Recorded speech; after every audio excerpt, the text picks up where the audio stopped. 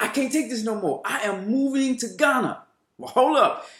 Before you make that decision to move to Ghana, I want to give you 5 questions that you need to ask yourself. I got too much grace, I got too much grace. You already know that I got too much grace, I got too much grace. I ain't got worry now, I got too much grace, I got too much grace. And I ain't even sorry now, I got too much grace, I got too much grace. Yeah. Before we begin, I want to say thank y'all so much for the love. I appreciate the support. And as I'm reading through the comment sections, I don't read all of the comments, but I read as many as I can. One of the things I'm hearing more and more now is people are really interested in moving to Ghana. And I believe it's because the consciousness of many Africans in the diaspora is becoming more and more alive. People are seeing these injustices take place and they're saying, you know what, man, I'm tired of this.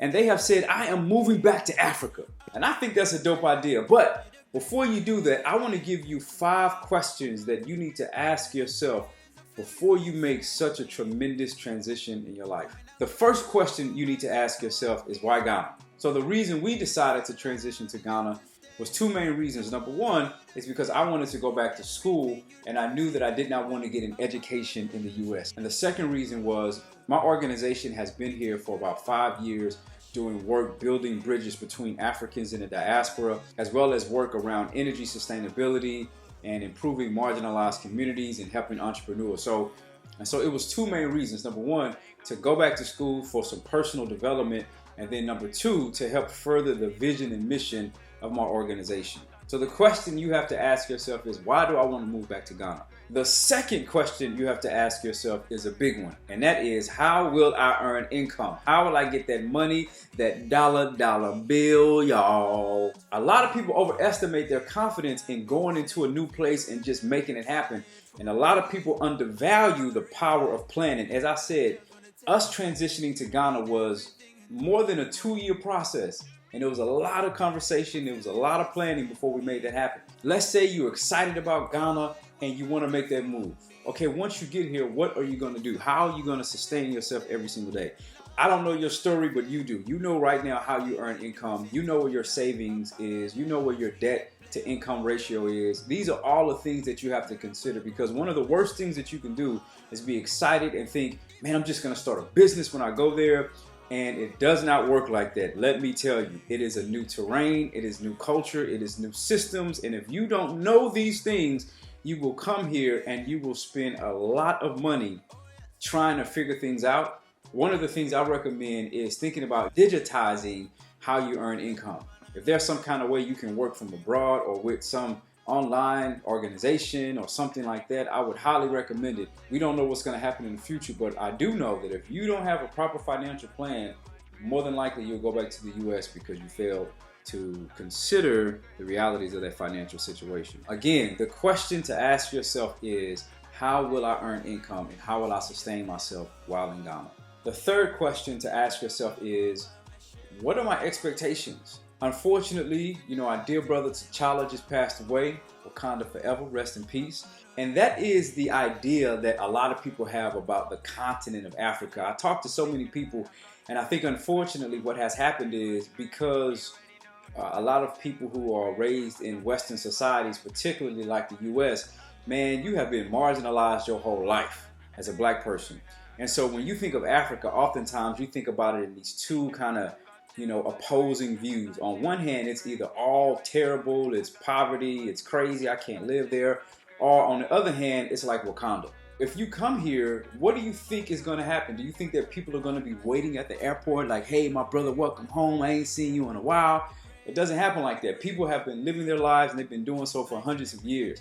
And so when you come, you will be seen as a foreigner, but that's not a bad thing. It doesn't mean that you're an outsider. It doesn't mean that you are a person that is going to be discriminated against or treated unjust because you're an outsider. But the truth is, if you come from the outside, you will be an outsider. And there's a couple other questions to ask yourself. Have I ever visited the place? What do I know about Ghana? What do I know about the culture? What do I know about the politics? What do I know about the religious culture, the social culture, the night scene, all of those things? The better you can manage your expectations, the easier of a transition it will be for you. I did make a video talking about the things that I dislike the most about living in Ghana, So I definitely suggest you go check that video out. And if you haven't seen the video talking about the things that I love the most about living in Ghana, check that video out as well. And I think it'll give you some perspective. The fourth question to ask yourself is, how much planning do I really need for a move of this magnitude? Again, when we decided to move to Ghana, the conversations first started happening around 2000, maybe 16 or 17. It did not come into fruition until 2019. Your level of planning depends on how complicated your situation is.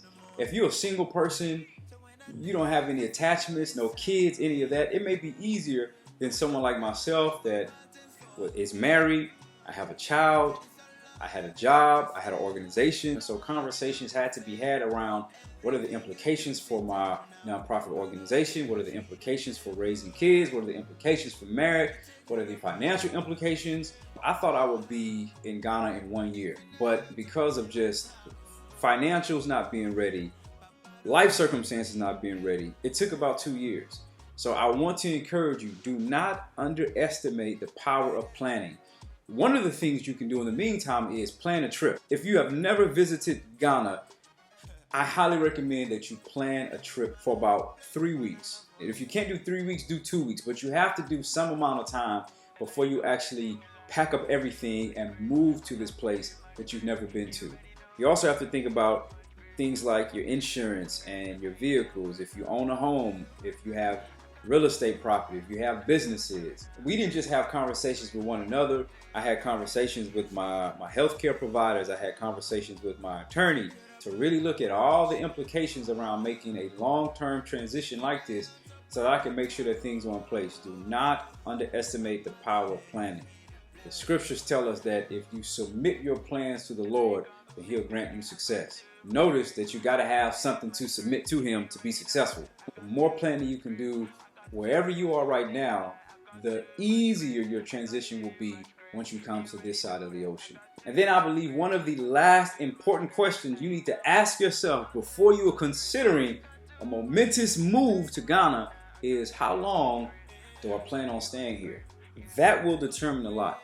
If you think you're going to be here for 6 months versus 6 years, that will determine where you live, what kind of income considerations you have, and all the other things I just mentioned. If you know I just need to get away from where I am, I don't even know, I'm just going to be there until, then hey, then I would say that you definitely want to check out some of my other videos that talks about traveling, the things I like and I dislike about Ghana, to give you some kind of perspective. I highly recommend you start by asking yourself these questions. And once you do, you'll be able to really start putting a plan in place that will help you to make that transition a little bit smoother for yourself, for your family, and for your legacy. Thanks for tuning in to another episode. I appreciate it. Make sure you subscribe and like this video. Peace.